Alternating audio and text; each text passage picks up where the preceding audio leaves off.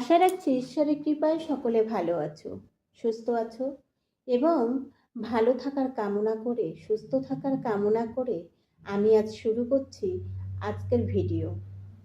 আজ বলবো ভগবান শ্রীকৃষ্ণ ও অর্জুনের কিছু শিক্ষণীয় কথা।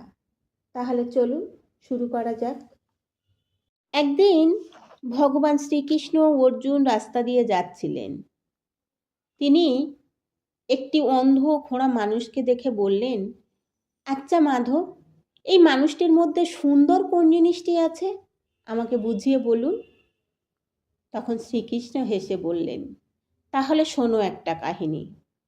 এক রাজার একটি চোখ অন্ধ ও একটি পা অচল ছিল। তার ইচ্ছা হলো নিজের একটি প্রতিচ্ছবি তৈরি করবেন। তাই তিনি একদিন সমস্ত অঙ্কন শিল্পীদের ডেকে বললেন, তার একটি সুন্দর প্রতিচ্ছবি আঁকতে হবে। কিন্তু কেউ রাজি হলো না, কারণ সবাই ভাবছিল রাজার এক চোখ অন্ধ আর এক পা ল্যাংড়া। রাজাকে ছবিতে সুন্দর দেখানো কি সম্ভব? তবে একজন চিত্রশিল্পী রাজি হলেন।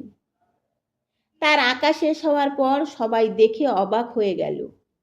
তার ছবিতে রাজা একটি হরিণ শিকার করছিল, এক চোখ বন্ধ করে লক্ষ্য স্থির করছিল আর এক পা মুড়ে শরীরের ভারসাম্য রাখছিল।